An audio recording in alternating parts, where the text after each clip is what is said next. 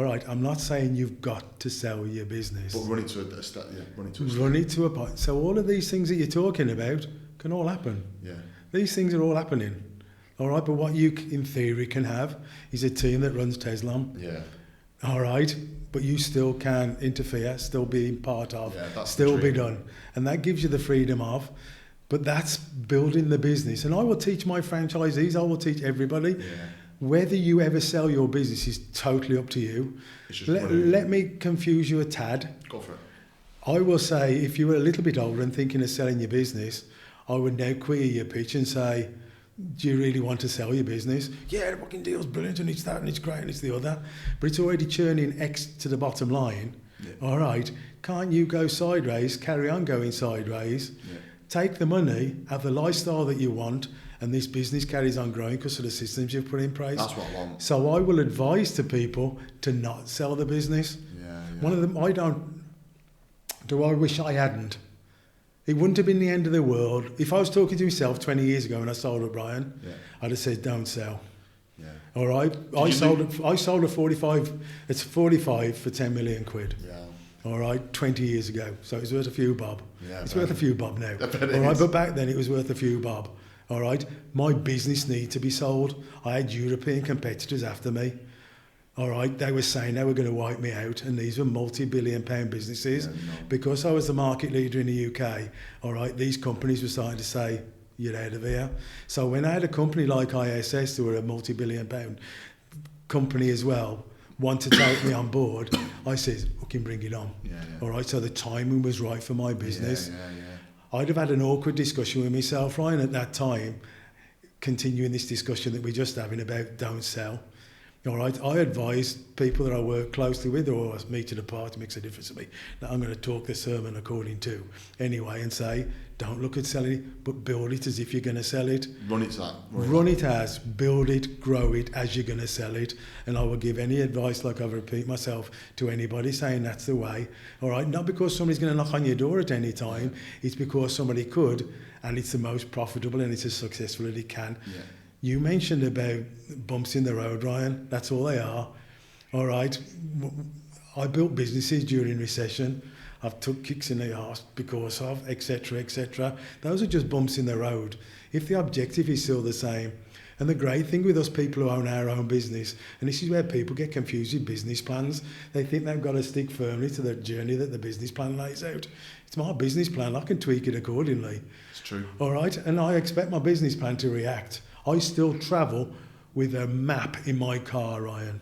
You're going to think, and your face says, what you're going about with a map in his car. Business plan is about a road map and it sets us out on a journey. I will put it in my sat-nav in the car. I will put it in my phone. And to this day, I may still pick up, so as I've got a picture in my head of the journey I'm travelling in my map book. Yeah. All right, so I will refer to. I will speak to huge amounts of business people, all right, that don't have business plans because it changes. Yeah, but it changes in my direction, not because of. And market forces may make me change the business plan. But if I've still got a clear direction, a clear objective, or I want to get somewhere slightly different, that's my choice. It's my choice as the bloke who's running the business, as the chairman of the business, the owner of the business, that if we want to go, we take on what's happening to the market. Opportunities might come up. We may need to acquire something. And you ain't going to say, oh, no, I'm not going to acquire it because that doesn't fit in with my business plan. Somebody goes, here's an acquisition at the right price. Let's have a look at this acquisition at the right price. Can we bolt this in? My business plan now needs rewriting, but it's my business plan. All right, but I'm probably going to need different things.